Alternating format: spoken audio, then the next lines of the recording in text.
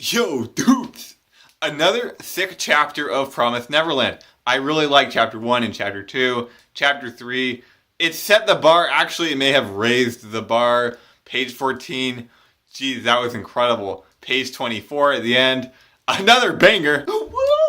But yeah, like a lot of really great chapter, or a lot of really great pages in this chapter, chapter 3. A lot of twists. I mean, multiple twists. And I thought for sure someone was going to come out of the closet when they were getting the rope. I was so certain that didn't happen. I can't say that's a good or a bad thing, but I can say page 14 was legendary. I mean, I was creeped out and like I jumped out of my chair a little bit, and like that's what I do like about this series. It's really eerie. It's really creepy. It reminds me a lot of Attack on Titan.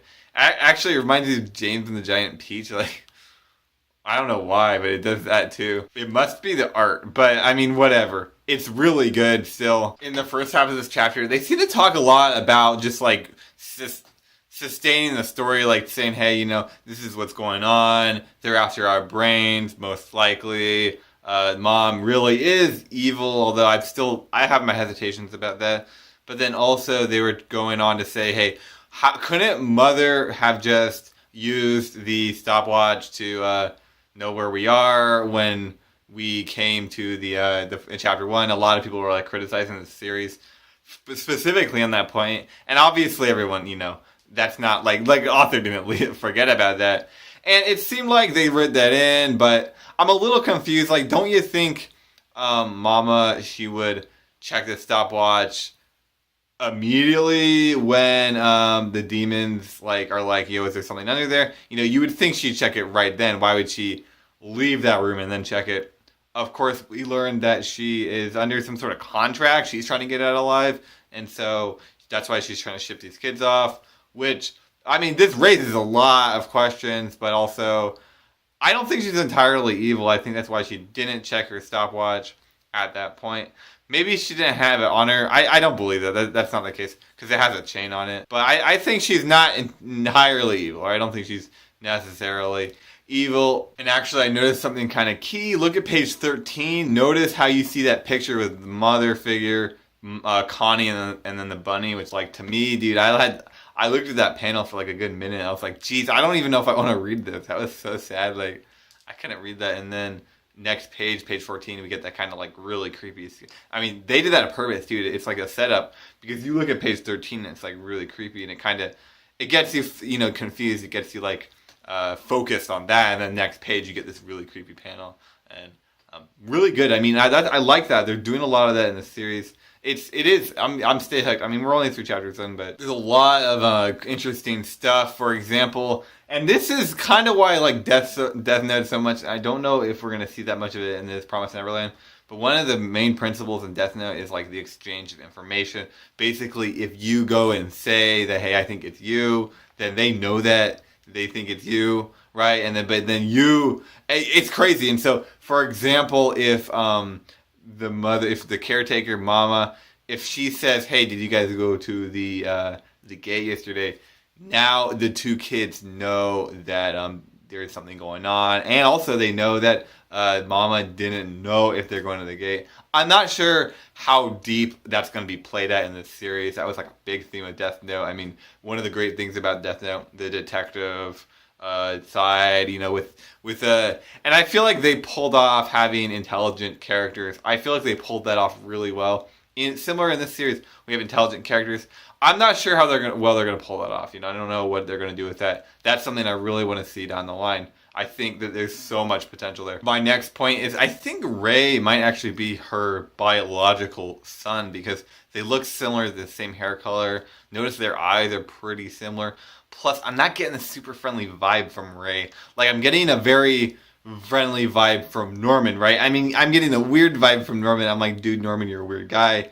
But a friendly vibe nonetheless. He's at least in line with Emma, right? And Emma, it seems like she's not 100% confident to take on the world, which I absolutely is a point, and they're trying to build her character. And actually, I think that's a really good thing. I think Emma is one of the outstanding features of this manga, and I'm really excited to read this manga. And I think Norman is gonna help her along the way really well. And I was thinking Ray is gonna do the same thing. I think Ray and Norman kind of go hand in hand, but I'm kind of getting a negative vibe from Ray, and I'm thinking that Ray, are you Mama's biological son? I know there says at the end, Mama says I will be the one to survive. So one person survives through some kind of contract, which is really weird, but it also means that, yeah, the Mama character is not necessarily evil. If they can all find a way to live, then she'll definitely will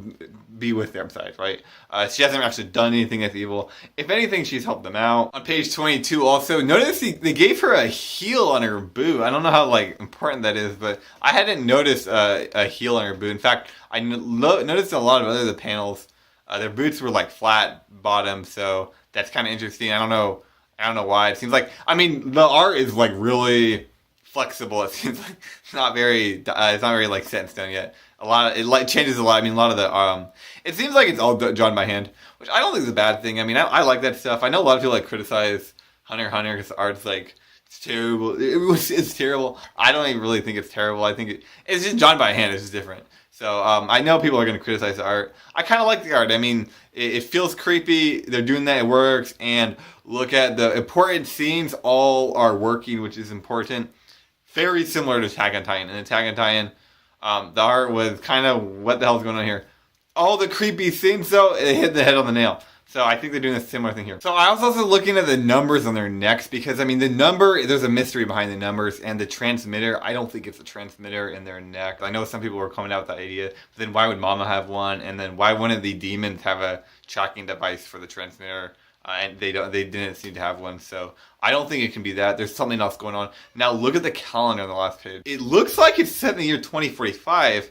That looks very intentional. It's only 29 years in the future, so that's not too far into the future. Is this story set in sort of a dystopian future? Is that what's going on here? Is that why everything's kind of confusing? What the hell is going on here? Also, I looked at the numbers on their necks. It seems like Mama's number is 7358, either 4 or 581. Norman is a 22, I think 184. Guys, correct me if I'm wrong. And then Emma's is a 63.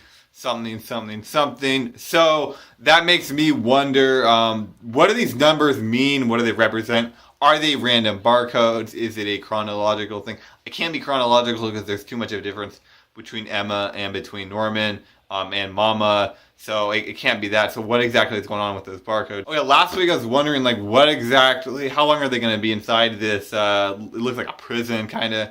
Are they ever going to get out? What's outside? So because again, we got a lot of setting, establishment, story, plot, which I really like. I thought that was a great move. I think that this manga is hitting all the nails on the head. I think it's going to do really well. I'm really excited for it. I think it's going to be animated. It's kind of like Attack on Titan combined with Death Note on a weekly schedule though, and it's in its own new flavor, which I really like. But yeah, it seems like they're definitely going to get out of here. I don't know when. It could be 50 chapters down the road. We could get out, maybe 10, 200. I think probably, honestly, in 20 to 30, maybe 50, 60 if they really want to stretch it out. But I definitely see them getting out, and I definitely see stuff outside the walls. I'm really not sure what they're going to do outside the walls. Maybe they'll come back in, because again, that time limit's not necessarily concrete. If they can get Mama on their side, the story can really go anywhere from that point. Plus, likely she knows stuff, and actually I'm going to make a prediction. I think she is going to be an ally, at least at one point, because she knows information, and someone's going to have to tell Emma and Norman and Ray. Plus, I think her connection with Ray, which that's just a theory of mine. I think with that connection, I don't think Mama's all evil. I think she's probably a 6 out of 10 on the evil scale. I expect that to go down. Anyway, guys, it's your boy WQQQQWRT. I hope you like my review of Promised Neverland. Chapter 3. I'm so glad to review this series from day one. Of course, that's how it is. The manga anime industry is pretty established at this point. I'm pretty late to the game, but I'm here. Anyway, peace out, guys. Keep it real. Thanks for watching my video. Make sure you like the video. Make sure you subscribe. I'm going to try to do, I don't know. I don't know, guys. Just get out of here. Get out of here already, guys. like a beauty queen from a movie scene.